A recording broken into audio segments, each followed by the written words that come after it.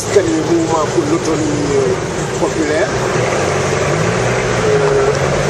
en charge du patrimoine idéologique, politique et culturel propre justement à Yoonu Askan Wi mouvement pour l'autonomie populaire, qui contient en tout cas de grandes capacités véhiculant de profondes aspirations pour pouvoir nous permettre justement de retrouver notre indépendance, nos libertés, notre souveraineté à l'échelle nationale, mais au niveau continental justement, réaliser le panafricanisme des peuples et au plan international l'internationalisme des peuples pour qu'on en finisse une fois pour toutes avec l'ordre capitaliste, néolibéral, impérialiste, et surtout globalisé et gouverné en tout cas dans une dispersion géographique à l'instar par exemple au Sénégal de Proculus Sall. Proculus c'était le plus grand menteur de l'Antiquité grecque.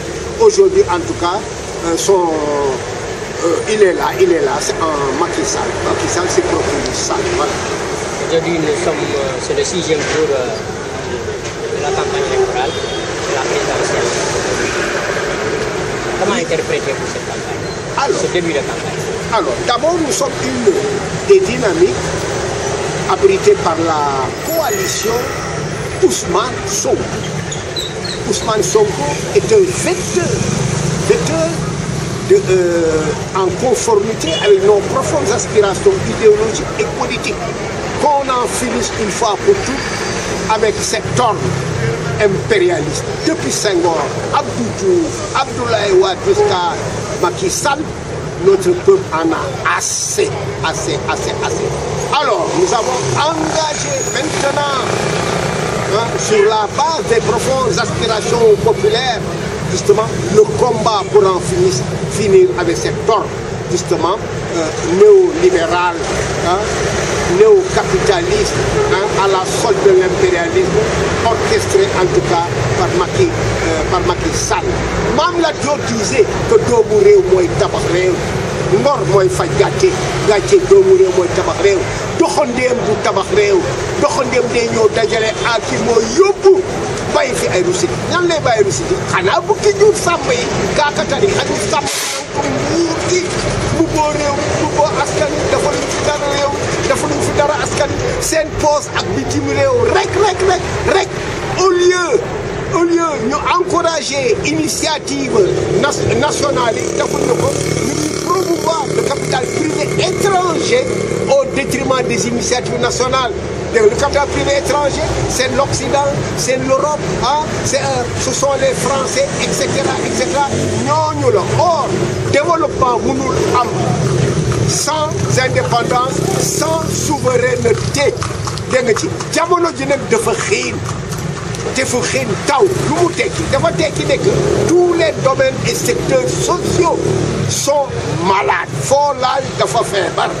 ñaareelu misaal bi lan la moo di que nekkinu jaam mënul wéy abadan lu muy mujje xanaa fippu askan lu ko waral li ko waral moo di que doomu aadama ak awa kenn gënu ko kenn amul njëgam kenn gënu ko kenn amul njëgam mënul ba am nangu ñu koy takkal ay calala ay buumu njaam ba kañ waru garab moo di fippu di fàttali ak di fàttaliku waru garab moo di fippu di fàttaliku ne que jëf mooy nattukaayu dëgg ci le seul critère la vérité c'est la pratique sociale dans sa diversité. Looloo tax tey ñu daal di ànd si bokk si coalition wu Ousmane Sonko doomu réew la. Ousmane Sonko dafa bëgg réewum Sénégal réewum Afrique ak réewum adduna si yëpp dagg seen calal jëmm ngoroy faj gàcce jëf kay dëgg Ousmane Sonko xàllal nañ ko yoon jël nañu yoon bi boo xam ne maamaat ñoom la joor ñoom Fodé Kaba Doumbia lépp loo xam ne dafa bokk si xeetu doomu aadama ak awa jàkkaarloo ak jàmbaarloo bukki ñu sàmbaye kaakatante wóor na ma ne dinañ leen song daan leen sam fi nguuru askan buy jëriñ askanu Sénégal. Looloo tax ñun yoonu askan wi mouvement pour l'autonomie populaire ñu bokk si àndandoo coalition Ousmane Sonko ñun yoonu askan wi ak RND bu kii bu Diallo Diop ak yeneen kuréelin yoo xam ne dañoo bokk si askanu Sénégal te fas yéene en tout cas dagg calalaay jàkkaarloog ñu ngal ko nguur song leen daal leen samp fi nguuru askan buy jëriñ askanu Sénégal looloo waral lii. Pensez-vous qu'il sera facile de vaincre Macky Sall? En tout cas lenn wóor na de lenn moom moo contrôlé li ñu tuddee la superstructure étatique ak li mu ëmb yëpp police gendarmerie justice beeg ñoom seen yëpp ak moom tam moo amee tam l' infrastructure économique. alors yooyu sama ñaari li ñu tuddee yëpp moo di nguur mooy pouvoir or pouvoir boo gis nguur boo gis pouvoiru pegg la c'est-à-dire état de classe de pouvoir de classe la li wóor moo di moom de xam nga mënoo contrôler état nguur ba pare organiser ay élection bokk si élection yi ba pare nag ne di nga nangu ñu gagné la pexe sàcc pexe tricherie yëpp nekk na si ñoom wante ñun bi ñu jël jaan si bax askanu Sénégal du jël jaan si bax coalition kii Sonko président du jël jaan si bax ñu dinañu vigilant bu baax a baax bu amee pexewu tricher wala sàcc wala jël de conscience ñun suñu gëdd moo di baatu kilifte bu ànd ak yem sañ-sañ moo di démocratie populaire askanu Sénégal am na ay pexe yoo xam ne lu mu fi mun a def en tout cas pour tricher pour se maintenir au pouvoir moom Macky Sall le procureur askanu Sénégal am na ay pexe ak gëddu kii askanu Sénégal ak gëddu coalition Sonko président pour en tout cas songo ko daan ko vérifier yi mu def yëpp parce que dinañu abal ñu samp fi nguuru askan buy jëriñ askan. Qu'est-ce que vous avez vu en Sonko pour le soutenir? alors li ñu gis si Sonko moo di Sonko d'abord dafa ñëw waxtaan ak ñun Sonko préoccupation yëpp mooy nekkinu askanu Sénégal nekkinu askan yi nekk Afrique ak nekkinu askan yi nekk ci àdduna si te si biir lim yooyu yëpp la préoccupation moo di doomu aadama awa maanaam préoccupation moo di préoccupation genre humain bi. alors ñu waxtaan si mbirum impérialisme waxtaan si mbirum indépendance bi ñu amul ba mbirum souveraineté l'état critique au plan politique au plan économique au plan culturel etc. l'abus avant xam ne les mêmes élites depuis Senghor Abdou Diouf Abdoulaye Wade ba si Macky Sall des élites qui entretiennent une verticalité pour que fi éterniser wu ba kañ nous avons refusé et avec Ousmane Sonko nous avons décidé d'en finir avec la verticalité qui a pour tendance de vouloir éterniser cette verticalité d'élite, en finir avec cette verticalité, promouvoir justement une horizontalité d'interaction, d'interpénétration, d'interdépendance, reposant essentiellement sur la complicité éthique et esthétique et à partir d'une horizontalité justement avoir comme cri de guerre et de survie baatu kilifte bu ànd ak yem sañ-sañ autrement dit l'avènement d'une démocratie populaire. Voilà ce que nous avons vu en Sonko, voilà notre complicité avec Sonko, voilà ce qui nous a permis en tout cas de nous frayer une voie commune justement pour faire face à cet ordre impérialiste, capitaliste, néolibéral représenté par la gouvernance justement Macky Sall procureur. Or nous refusons ce qui. Comment voyez-vous la déclaration de Maître Wade qui dit aux Sénégalais de brûler leur carte d'identité CEDEAO? Comment l'interpréter? Alors, d'abord, Abdoulaye Wade a eu son vécu. Il a beaucoup d'expérience. Vouloir maintenant mettre un terme justement à la tenue des élections, je pense que ça, il l'a dit, mais c'est sûr que personne n'acceptera, ne suivra justement le refus des élections.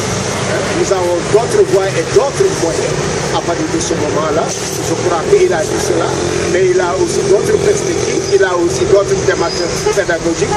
Il est le seul habilité à savoir, nonobstant ce qu'il a si bien dit, ce qu'il a déjà dit, et qu'il ne pourra pas se réaliser. Qu'est-ce qu'il va faire après? Une chose est certaine. Nous, En tout cas, nous, moi personnellement, nous, au niveau de Yonne Askan Wi, pour l'autonomie populaire, nous ne faisons pas de différence, en tout cas, entre les différents libéraux. Nous en avons assez avec le néolibéralisme, avec le libéralisme, le néocolonialisme, nous en avons assez. Nous ne sommes pas des chiens de garde, nous ne sommes pas jëf mooy nattukaayu dëgg doomu réew mooy tabax réew. Nous tenons compte de tout cela. C'est les élections, nous allons justement y participer, l'activer en tout cas en tant que flamme à entretenir de la lutte des classes. Et une chose est certaine, nous vaincrons en tout cas. Procuris ne sera plus réélu ici, Macky Sall, et puis des semblables à lui pareil, nous en avons assez, ça va être l'avènement de notre peuple. Que dites-vous aux autres leaders de parti sur le terrain?